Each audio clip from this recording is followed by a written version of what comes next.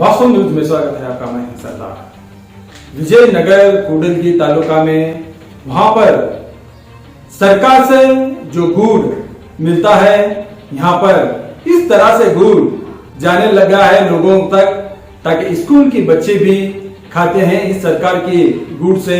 और ना जाने जो भी गर्भिणी महिला है उनको भी इसी गुड़ दिया जाता है। हमने आपको स्क्रीन पे बता रहे हैं। ये दरअसल ये गुड़ अगर किसी कचरे कुंडे में फेंकने से जानवर भी नहीं खाता, शायद इंसान कैसे खाएगा। अब उसी तरह यहाँ पर एक लेटर भी देने लगे ताकि जो भी बच्चों को या गर्भिणी औरतों को जो भी सरकार से जो पहुंचता है गुड़ या अनाज खाने के, वो अच्छी तरह भेजे और अच्छे क्वालिटी के भेजे। अगर कोई भी किसी को गर्भिणी औरत अगर खा गई, अगर बच्चा फेल हो गया, आखिर कौन होगा इसके जिम्मेदार। अब तो संबंधित अधिकारी गुड़ हो या कोई खाने की चीज जो ये चेक करना उनका कर्तव्य होता है। अब इस तरह जनता आकर गुड़ दिखाकर यहाँ पर एक मेमोरेंडम देकर चेतावनी देते हैं तो बड़ी शर्मंदगी की बात है। आखिर कहाँ अच्छा गुड़ किसके कौन से अधिकारी घर को चला जाने लग गया है, या कौन से नेता के घर ये अच्छा गुड़ जाने लगा है जो बुरा गुड़ है, जो कचरे कुंडे में फेंकने की भी काबिल नहीं है। ऐसा गुड़ जो जनता तक यानी कि बच्चों तक पहुंचता है, गर्भिणी औरतों को तक यहाँ पर खाने के लिए मिलता है, तो सोचो कितनी बदनसीबी की बात है।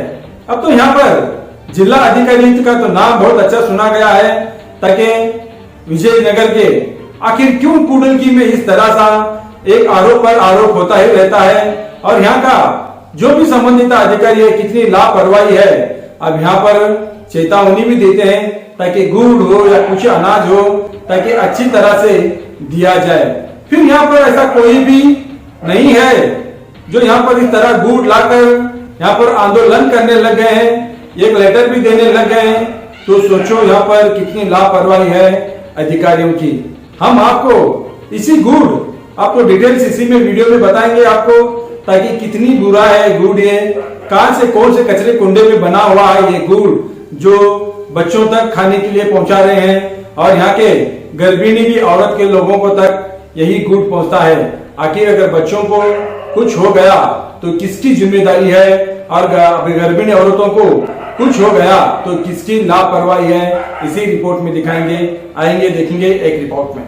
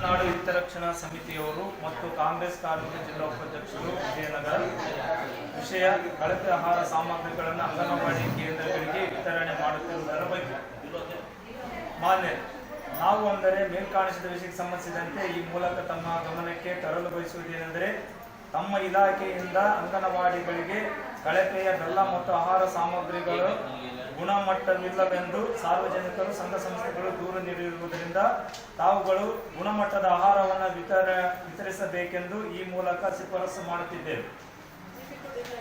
ಮುಂದಿನ ದಿನಗಳಲ್ಲಿ ಇದನ್ನು ಸರಿಪಡಿಸದಿದ್ದರೆ ಕಾನೂನಾತ್ಮಕವಾಗಿ ಹೋರಾಟ ಮಾಡುತ್ತೇವೆ ಇಂತಿ ತಮ್ಮ ವಿಶ್ವಾಸ.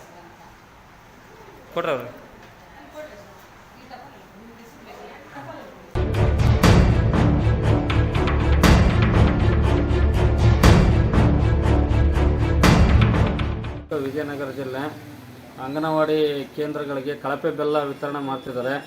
ಆ ಬೆಲ್ಲ ಯಾವುದೇ ಕಾರಣಕ್ಕೂ ಯಾವುದೇ ಮಕ್ಕಳು ಕೂಡ ತಿನ್ನೋಕ್ಕೆ ಭಯ ಪಡ್ತಾ ಇದ್ದಾರೆ. ಮತ್ತು ಗರ್ಭಿಣಿ ಹೆಣ್ಮಕ್ಳಿಗೆ ಅವರು ಕೂಡ ಬೆಲ್ಲ ನೋಡಿ ಭಯ ಪಡ್ತಾಯಿದ್ದಾರೆ. ಬೆಲ್ಲ ಹೆಂಗೈತಪ್ಪ ಅಂದರೆ ಒಂಥರ ಗೊಬ್ಬರ ಇದ್ದಂಗೆ ಐತೆ ಬೆಲ್ಲ. ದಯವಿಟ್ಟು ಮೊನ್ನೆ CDP ಸರ್ ಅವರಿಗೆ ನಾವು ಮನೆ ಪತ್ರ ಕೊಟ್ಟಿದ್ದೀವಿ, ಆಲ್ರೆಡಿ ಕೊಟ್ಟಿದ್ದೀವಿ. ಅವರು ಕೂಡ ಈ ಬೆಲ್ಲವನ್ನು ಯಾವುದೇ ಕಾರಣಕ್ಕೂ ನಮ್ಮ ಕೂಡ್ಲಿಗಿ ತಾಲೂಕಾದ್ಯಂತ ಇದು ಸಪ್ಲೈ ಆಗ್ತದೆ, ಇದನ್ನು ತರಬೇಕಂತ ಹೇಳಿದ್ವಿ. ಒಳ್ಳೆ ಕ್ವಾಲಿಟಿ ಇರ್ತಕ್ಕಂಥ ಬೆಲ್ಲವನ್ನು ನಮಗೆ ವಿತರಣೆ ಮಾಡಬೇಕು. ಮಕ್ಕಳಿಗೆ ಕೂಡ ಒಳ್ಳೆ ಪೌಷ್ಟಿಕಾಂಶ ಆಹಾರ ಕೂಡ ವಿತರಣೆ ಮಾಡಬೇಕಂತ ನಾವು ಮನವಿ ಮಾಡ್ಕೊಂಡಿದ್ದೀವಿ. ಅವರೇನೋ ನಮ್ಮ ಮನೆಗೆ ಸ್ಪಂದಿಸಿದರೆ ಮುಂದಿನ ದಿನಗಳಲ್ಲಿ ಸ್ಪಂದಿಸಿದ್ರೆ ನಾವು ಉಗ್ರವಾದ ಹೋರಾಟವನ್ನು ಮಾಡ್ತೇವೆ ಅಂತ ಅವ್ರಿಗೆ ಎಚ್ಚರಿಕೆ ಕೂಡ ಒಂದು ಮನವಿ ಪತ್ರವನ್ನು ನಾವು ಮೊನ್ನೆ CDP ಸರ್ ಅವರಿಗೆ ನಾವು ತಲುಪಿಸಿದ್ವಿ. ದಯವಿಟ್ಟು ಮಕ್ಕಳಿಗೆ ಒಳ್ಳೆಯ ಆಹಾರ ಮತ್ತು ಒಳ್ಳೆಯ ಪದಾರ್ಥಗಳನ್ನು ವಿತರಣೆ ಮಾಡಬೇಕು. ನಾವು ಈ ಮೂಲಕ ಮಾಧ್ಯಮದ ಮೂಲಕ ನಾವು ವಿನಂತಿ ಮಾಡಿಕೊಳ್ತಿದ್ದೇವೆ. ಎಲ್ಲಿ ನೀವು ಪರಿಶೀಲನೆ ಮಾಡಿದ್ದೆ? ಎಲ್ಲಿ ಎಲ್ಲ ಸುಮಾರು ಅಂದರೆ ರಾಜೀವ್ ನಗರ ಅಂಗನವಾಡಿ ಕೇಂದ್ರ ಮತ್ತು ಕ್ಯೂ ಅಂಗನವಾಡಿ ಕೇಂದ್ರ, ಸುಮಾರು ಒಂದು 10 ಅಂಗನವಾಡಿ ಶಾಲೆಗಳಲ್ಲಿ ನಾವು ಪರಿಶೀಲನೆ ಮಾಡಿವಿ. ನನ್ನ ಹೆಸರು ಪಂಪಪತಿ ಅಂತ, ಕನ್ನಡ ಹಿತರಕ್ಷಣಾ ಸಮಿತಿ ವಿಜಯನಗರ ಜಿಲ್ಲೆ ಕೂಡ್ಲಿಗಿ ತಾಲೂಕು ಅಧ್ಯಕ್ಷ ಪಂಪಪತಿ. ಏನು ಸಮಸ್ಯೆ ಕಂಡೈತೆ? ಅದರೊಳಗಡೆ ಏನು ಲೋಪ ಕಂಡೈತೆ? ಏನು ಲೋಪ ಕಂಡತ್ತಪ್ಪ ಅಂದರೆ ಅದರೊಳಗಡೆ ಅದು ಗೊಬ್ಬರ ನೋಡಿದರೆ ನೀವು ಏನಂತಾರೆ, ನಿಮಗೆ ಆಲ್ರೆಡಿ ನಾವು ಅದನ್ನು ತೋರಿಸಿದ್ದೀವಿ. ಇದೊಂಥರ ಗೊಬ್ಬರ ಇದ್ದಂಗೆ ಐತೆ, ಬೆಲ್ಲ ನಂಗೆಲ್ಲ ಅದು ಆರ್ಗ್ಯಾನಿಕ್ ಬೆಲ್ಲ ಅಂತ ಹೇಳ್ತಿದ್ದಾರೆ. ದಯವಿಟ್ಟು ಅದು ಆರ್ಗ್ಯಾನಿಕ್ ಬೆಲ್ಲ ಅಲ್ಲ, ಅದು ಆರ್ಗ್ಯಾನಿಕ್ ಬೆಲ್ಲ ಅಂದರೆ ನಾವು ನೋಡಿದ್ದೀವಿ ಆರ್ಗ್ಯಾನಿಕ್ ಬೆಲ್ಲ ಯಾವ ಥರ ಬರುತ್ತಂತ.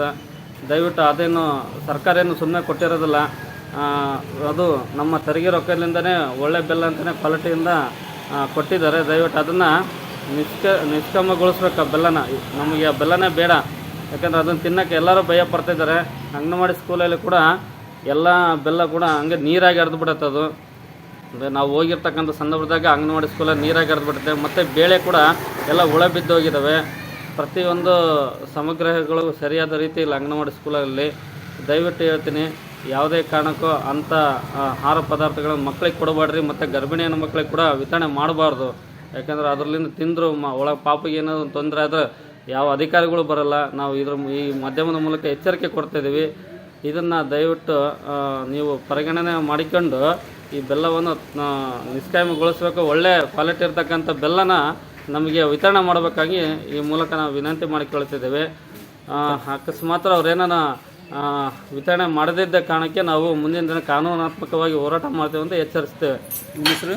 ಪಂಪಾಪತಿ ಅಂತ, ಹುಚ್ಚನಹಳ್ಳಿ ಪಂಪಾಪತಿ ಅಂತ, ಕನ್ನಡ ಹಿತರಕ್ಷಣಾ ಸಮಿತಿ ತಾಲೂಕು ಅಧ್ಯಕ್ಷರು.